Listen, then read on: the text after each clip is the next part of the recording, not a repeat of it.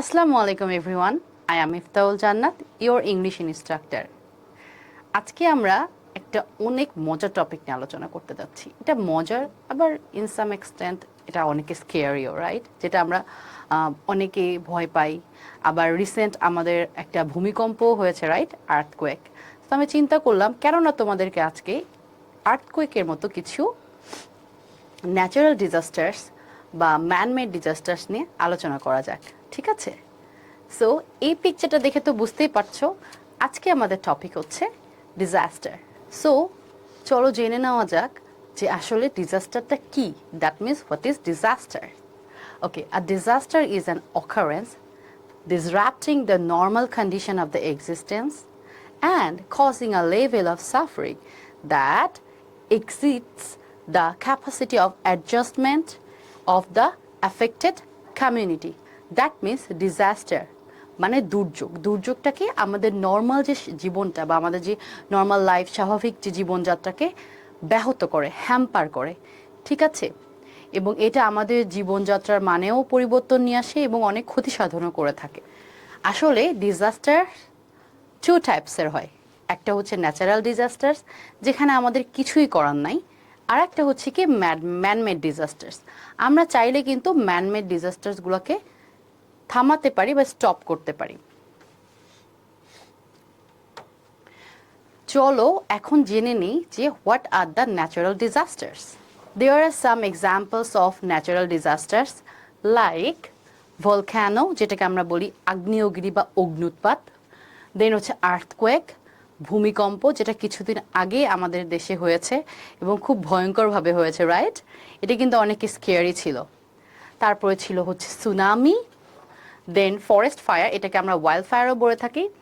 মানে বনে হঠাৎ করে নিজে নিজে আগুন লেগে যায়। এটা বিশেষ করে যখন অনেক ড্রাই সিজন চলে, ওই টাইমটাতে এই টাইপের অকারেন্স অর এই টাইপের ডিজাস্টারটা বেশি হয়। দেন হচ্ছে hurricane, this is drought. Drought means হচ্ছে খরা। যখন কোনো এলাকায় পানি শুকিয়ে যায়, পানি থাকে না, তখন মাটিগুলো দেখবে এভাবে ফেটে ফেটে যায়। এটা হচ্ছে কি, এটাকে কি বলে? ড্রট। দেন হচ্ছে ফ্লাড, এটা আমরা জানি যে বন্যা। আমাদের দেশের অনেক পরিচিত একটা ডিজাস্টার, ন্যাচারাল ডিজাস্টার হচ্ছে ফ্লাড। দেন হচ্ছে স্নোস্টর্ম। স্নোস্টর্ম মানে হচ্ছে যখন স্নোস্টর্ম আসলে আমাদের দেশে তো এতটা পপুলার না, বা আমাদের দেশে কখনো হয়ই না, কারণ আমাদের তো নাতিশীতোষ্ণ মনসুন, রাইট? কিন্তু যে কান্ট্রিগুলা তোমার মনসুন না, দ্যাট মিনস ইউরোপ, কিছু কান্ট্রি আছে বা ইউরোপের কান্ট্রি হতে পারে বা আদার্স, যেখানে তোমার শীতের প্রভাবটা অনেক বেশি, সেই কান্ট্রিগুলোতে কিন্তু আমাদের স্নো স্টর্ম হয়। এটাকে বলা হয় কি জানো? তুষারের ঝড়। So this is snow Sturm.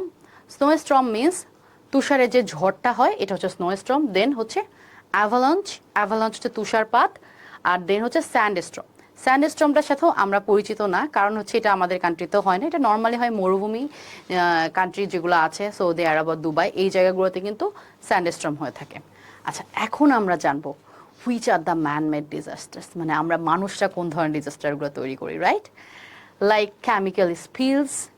দেখা যায় না যে অনেক ফ্যাক্টরিগুলোতে কি হয়, তোমার যে রাসায়নিক যে বজ্র পদার্থ থাকে, সেটা হচ্ছে তোমার এক্সপ্লোশন হয়ে যায়, যার জন্য ওই আশেপাশে পুরো এরিয়াটা এফেক্ট হয়ে যায়। ওটাকে আমরা বলছি কি কেমিক্যাল স্পিলস। দেন আছে এক্সপ্লোশনস। দেন হচ্ছে biological attacks.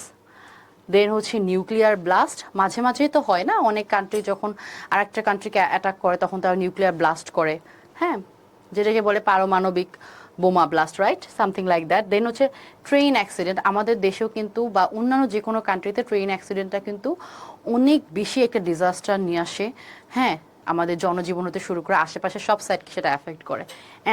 Another one is plane crashes. Plane ক্র্যাশের সাথে যেটা হয়, এটাও কিন্তু অনেক বড় একটা ম্যানমেড ডিজাস্টারের একটা অংশ। যখন প্লেনটা ক্র্যাশ করে তখন কিন্তু চারপাশে যে সিচুয়েশনটা থাকে, মানুষ তো মারা যায়, সাথে সাথে চারপাশের সিচুয়েশনটাও কিন্তু একটু ডিফারেন্ট হয়ে যায়, ঠিক আছে? সো এটা কিন্তু একটা অনেক বড় ডিজাস্টারের এক্সাম্পল। সো আজকের জন্য এইটুকুই।